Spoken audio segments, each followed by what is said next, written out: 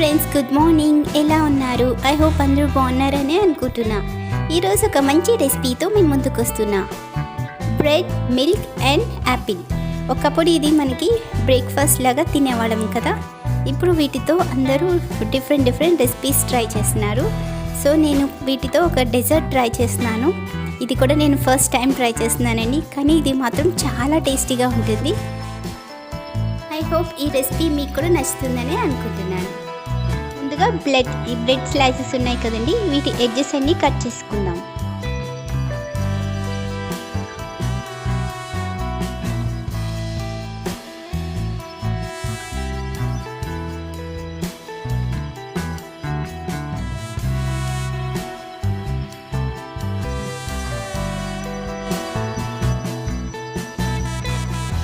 ఇంకా stove on చేసుకొని pan పెట్టుకుందాం.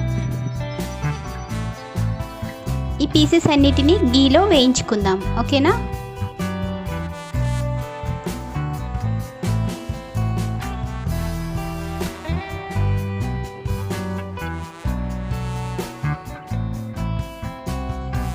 బ్రౌన్ షుగర్ దీనిపైన స్ప్రింకిల్ చేసుకుంటున్నాను నేను.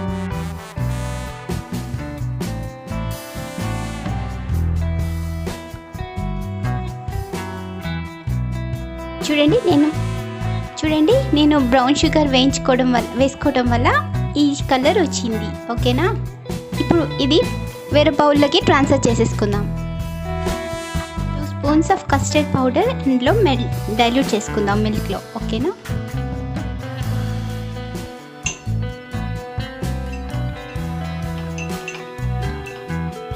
వీటికి లంప్స్ లేకుండా మిక్స్ చేసుకుందాం. ఓకేనా?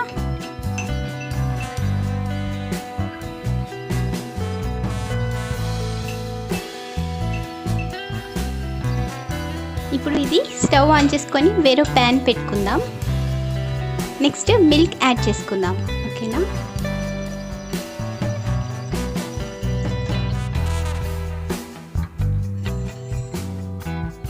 నేనైతే 3 స్పూన్స్ ఆఫ్ షుగర్ తీసుకుంటున్నాను. మీరైతే మీకు టేస్టీ తగినట్టుగా షుగర్ యాడ్ చేసుకోండి. ఓకేనా?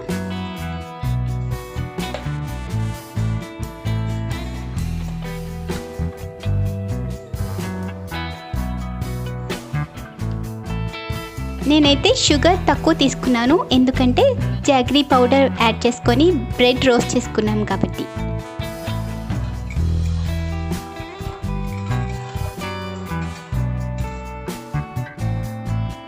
నెక్స్ట్ నేను వేడినీటిలో నానబెట్టుకున్న సాబుదానా 1 స్పూన్ యాడ్ చేసుకుంటున్నాను.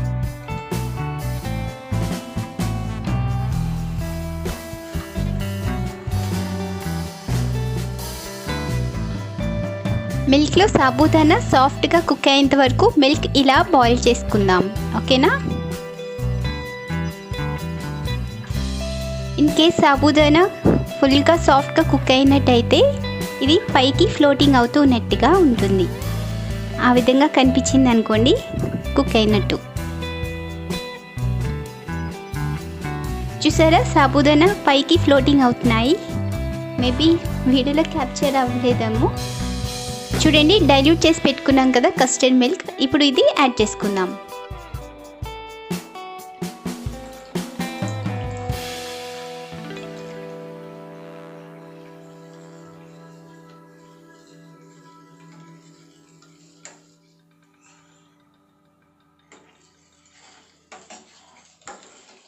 చూసారా, థిక్నెస్ అయిపోయింది, చాలా థిక్గా అయిపోయింది కదా. చూడండి, బ్రెడ్ పీసెస్ ఉన్నాయి కదా, కొన్ని క్రష్ చేసి ఇందులో యాడ్ చేసుకుంటున్నాను.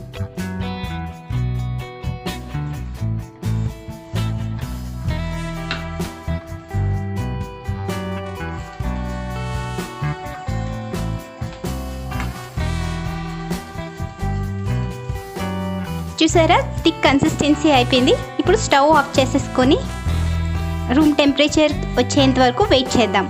ఓకేనా? ఇప్పుడు ఇది వేరే బౌల్లోకి ట్రాన్స్ఫర్ చేసేసుకుందాం. చూడండి, ఇటువంటి టిఫిన్ బాక్సెస్ మీ దగ్గర ఇలాంటివి ఉంటే, లేదంటే ఇటువంటి గ్లాస్ కంటైనర్ లాంటివి తీసుకున్నా పర్లేదు. ఓకేనా? ఇప్పుడు వీటిలో బ్రెడ్ స్లైసెస్ వేయించుకున్నాం కదా, ఇప్పుడు వీటిలో ఒక్కొక్క లేయర్ పెట్టుకుందాం.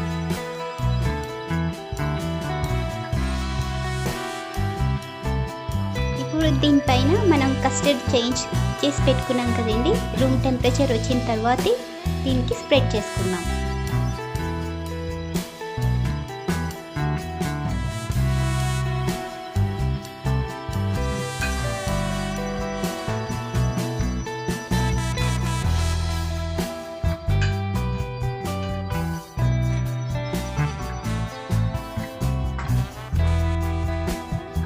ఇలా మొత్తం అన్ని బ్రెడ్ పీసెస్ని ఇలా లేయర్గా పెట్టుకొని స్ప్రెడ్ చేద్దాం. ఓకేనా?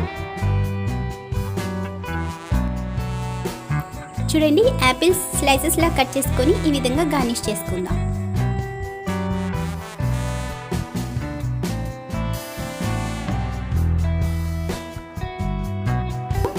లేయర్స్గా పెట్టుకున్నాను. మీకు కావాలి అనుకుంటే ఏవైనా డ్రై ఫ్రూట్స్ రోస్ట్ చేసుకొని గార్నిష్ చేసుకోండి. నాకైతే యాపిల్తో ఇలా గార్నిష్ చేసుకోవాలనిపించింది, సో నేను ఇలా చేసుకున్నాను. నెక్స్ట్ ఏంటంటే ఇది ఫ్రిడ్జ్లో ఒక 2 hours అయినా పెట్టుకోండి. 2 hours ఇస్ ఎనఫ్. ఇలా కూల్గా మీ ఇంట్లో వాళ్ళకి సర్వ్ చేసి పెట్టండి. ఇది చాలా టేస్టీగా వచ్చింది నాకైతే. మీరు కూడా వీడియోలో చూపించిన విధంగా ట్రై చేయండి, తప్పకుండా మీకు కూడా నచ్చుతుంది. Bye friends, thanks for watching. For more interesting recipes, please subscribe my channel.